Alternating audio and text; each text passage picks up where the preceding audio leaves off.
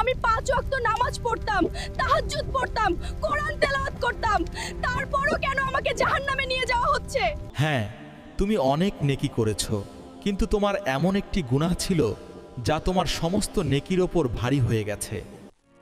সেই নারী যে নামাজ পড়ত, কোরআন পড়ত, সদকা দিত, মহল্লার সবাই তাকে নেককার মনে করত, তবুও শেষে সে কিভাবে জাহান্নামের উপযুক্ত হল?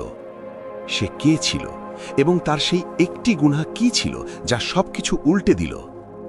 গল্পটা কি, আসুন বুঝি।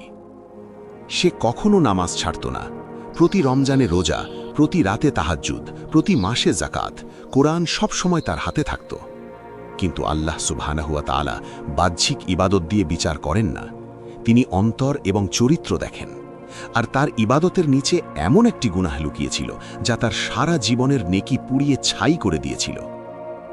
সে তার স্বামীর সাথে খারাপ আচরণ করত, তাকে খোঁটা দিত, তার উপর রাগ করত, তাকে ছোট করে দেখাত। তিক্ত বাক্য, কঠোর শব্দ, আঘাত দেওয়ার মতো কথা। সে কোরআন পড়ত আর সেই একই মুখ দিয়ে নিজের স্বামীর হৃদয় ভেঙে দিত। সে ভাবত যে তাহাজ্জুদের নামাজ তাকে বাঁচিয়ে নেবে, রোজা তার ঢাল হয়ে দাঁড়াবে, সদকা তার গুনাহ ধুয়ে ফেলবে।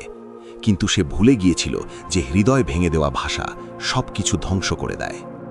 কেয়ামতের দিন তার নামাজগুলো মাপা হলো, তার কোরআন তেলাওয়াত রাখা হলো, তার যাকাতও, তার সদকাও। সমস্ত নেকির একটা পাহাড় জমে গেল।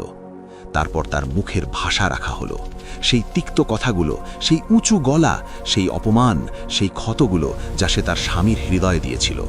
আর সেই সব কিছু তার নেকির উপর ভারী হয়ে গেল। সে অবাক হয়ে গেল, কিন্তু ফয়সালা হয়ে গিয়েছিল। যে হৃদয়গুলোকে আমরা আহত করে ফেলে রাখি, সেগুলো আমাদের ইবাদতগুলোকে কেটে টুকরো টুকরো করে দেয়। মানুষের সবচেয়ে বড় পরীক্ষা ইবাদত নয়, আহলাক, অর্থাৎ চরিত্র বা আচরণ। আর সবচেয়ে বড় জিহাদ হল নিজের পরিবারের সদস্যদের সাথে ভালো আচরণ করা।